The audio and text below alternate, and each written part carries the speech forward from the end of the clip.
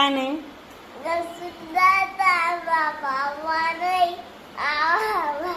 काय स्कूलला स्कूलला जाणार आहे ना?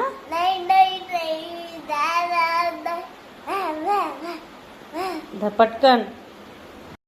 Good morning. तर आज होता मयूरच्या स्कूलचा फर्स्ट डे आणि टीचरने गेटमधून आतमध्ये घेतला आणि बोलले की तुम्ही जाऊ शकता आता.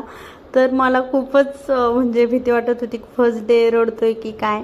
आणि मग नंतर मी सोडून आले त्याला आणि जेव्हा घ्यायला गेली तर म्हटलं बघावी तर याची रिॲक्शन. तर त्याची स्कूलमध्ये क्लासरूममध्ये मस्ती चालली होती आणि टीचर पण मला तेच बोलत होतं की खूप मस्ती करतो रुद्र.